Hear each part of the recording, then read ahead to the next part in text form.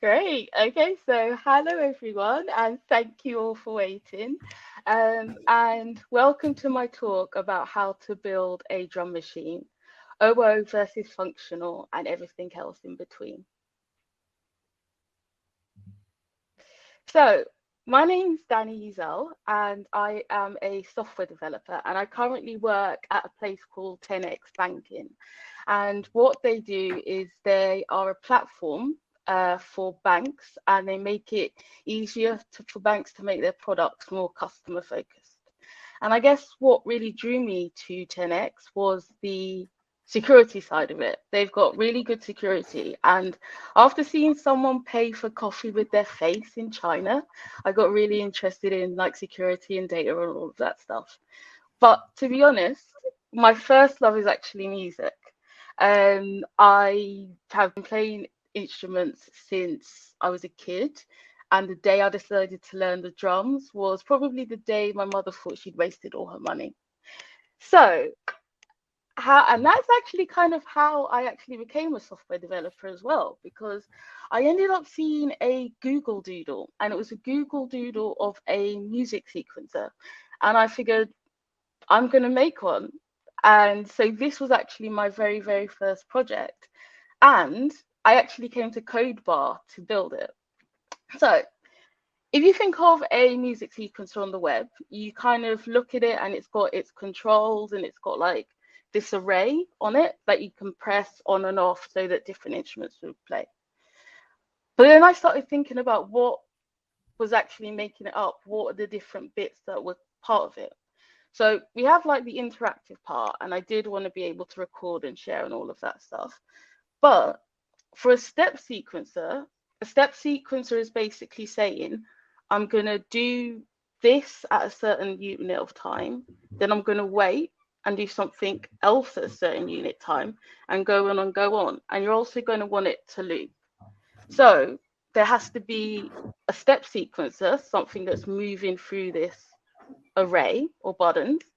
And you also need a clock to be able to keep time. And if you're a drummer, you're the one that's basically keeping time for the entire band, because you might get, I don't know, a guitarist that has a thing for like 70s riffs that always go out of tune, or a bassist that has maybe drunk a little too much. So, how did I get started? So, like I said, when you look at the controls, it's like a grid or like a grid, right? So the most obvious way to do it was going to be using a nested array. And so what I would have is something stepping through that nested array each time. And if you think of it, you've got, I could have 4 rows, and those would be the different types of instruments. And then I could have 8 columns, and 8 columns would represent those different beats or steps in time. And every time you would press a tab on the screen, that would turn something in the array from true to false or back again. But what about the sequencer part? I mean, that's got to keep everything in time.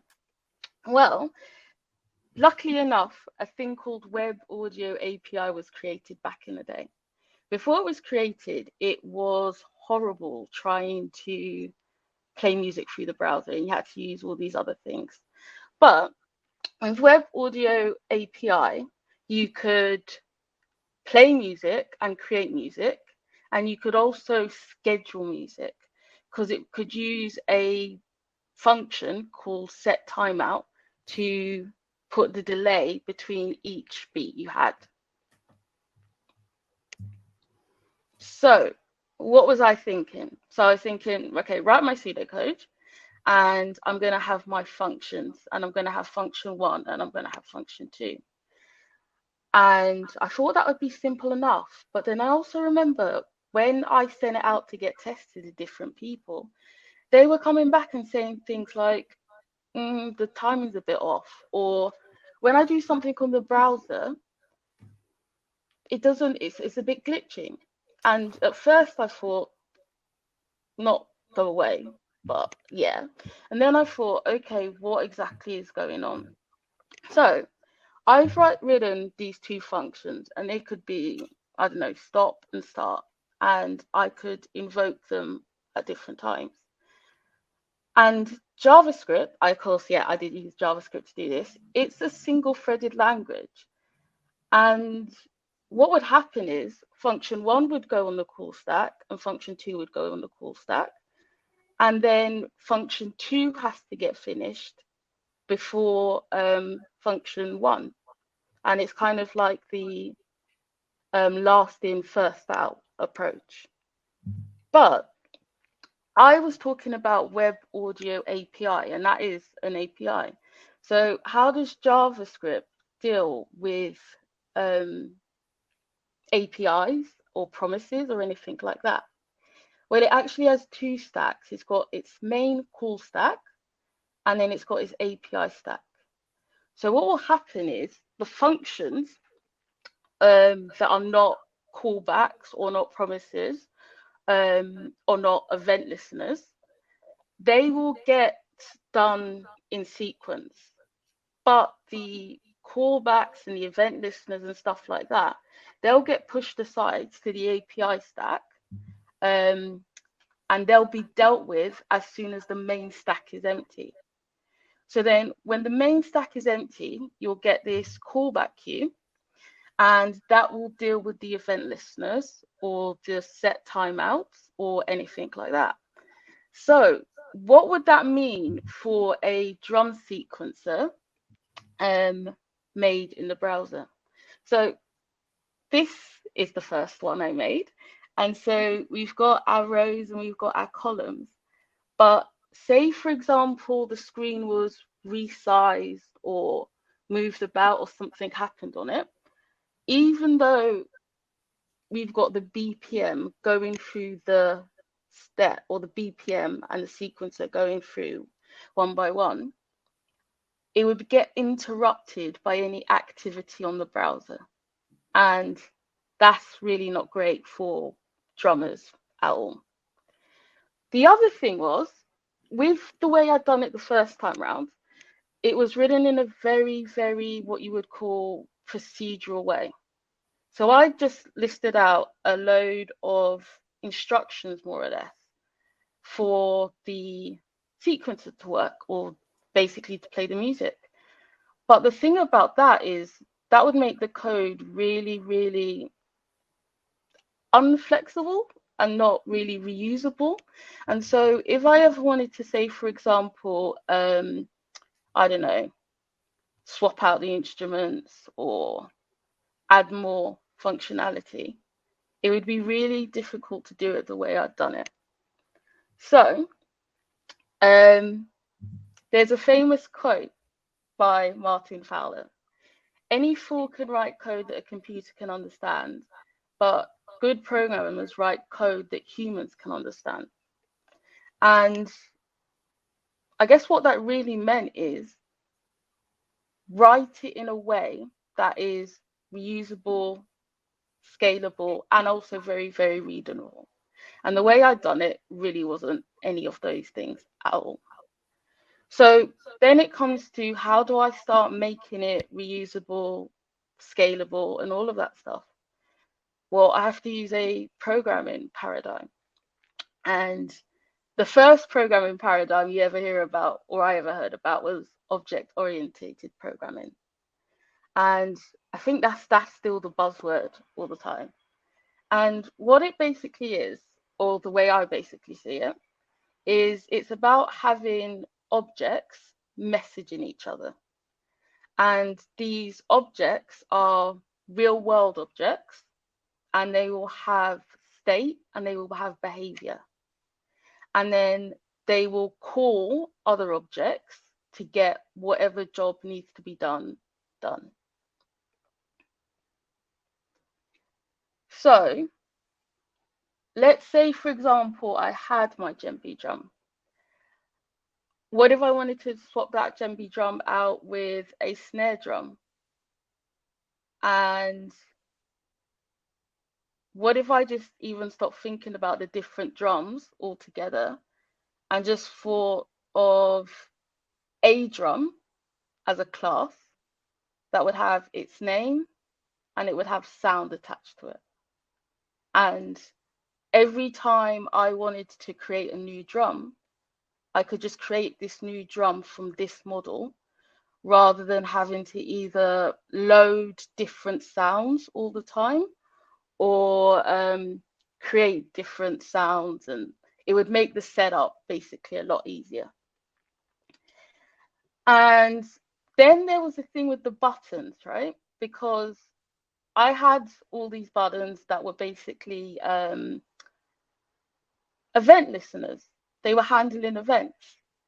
What if I could group all of that behavior or all the behavior of an event listener in some place, and then also be able to add specific behavior to each button? So I could do that using an interface, or in this case, the interface was event action listener.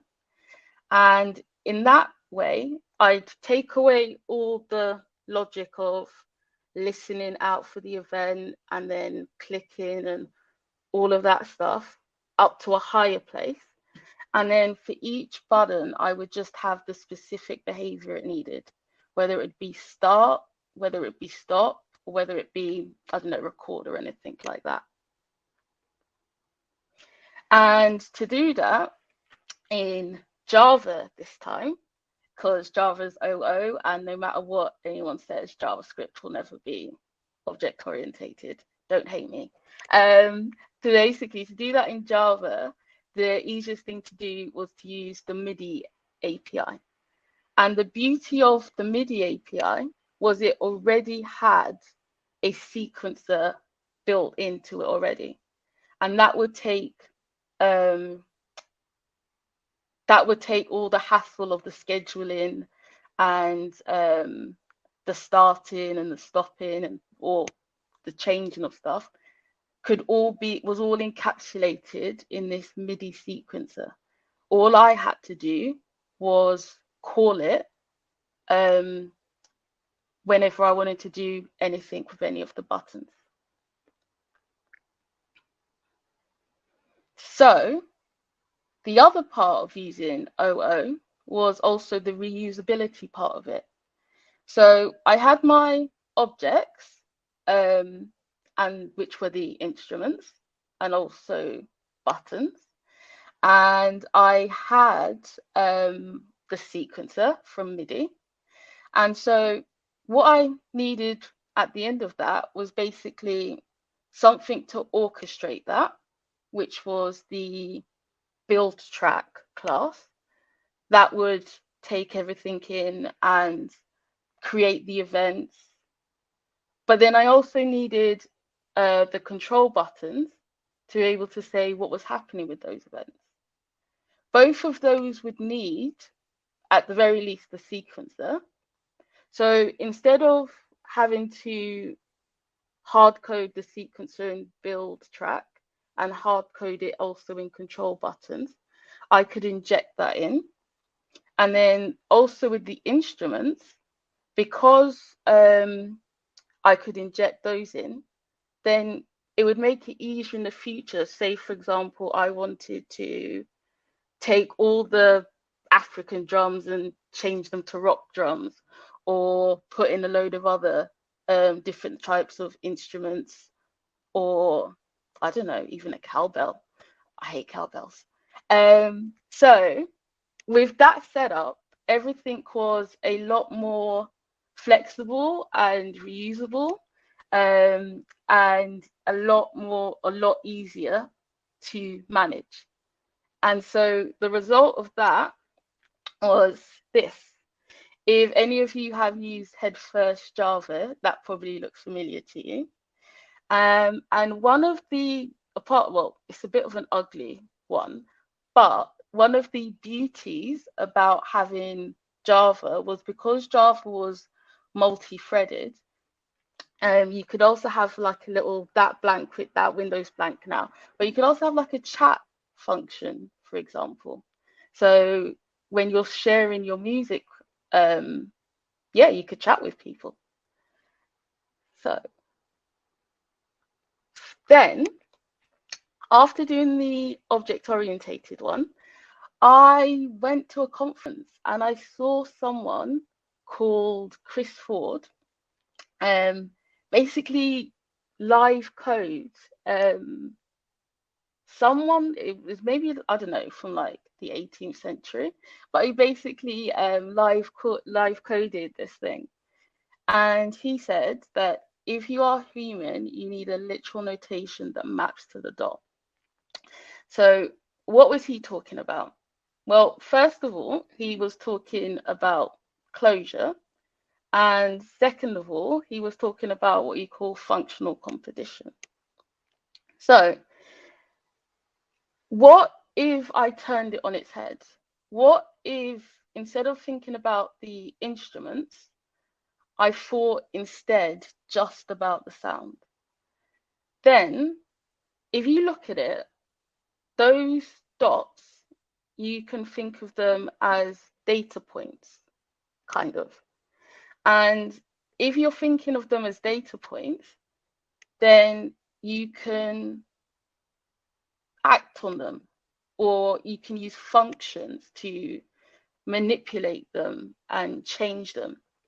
And that's what Chris Ford or any functional composition music person thinks of. They're saying the music is data, and how do we use functional programming to manipulate that data? So, what benefits does functional programming give? Well, it gives pure functions, or it uses pure functions to start with. And what that basically means is no matter for the same input, you'll always get the same output. So no side effects, to be honest, really, hopefully. But what it also says is you can pass functions into other functions, or basically higher order functions.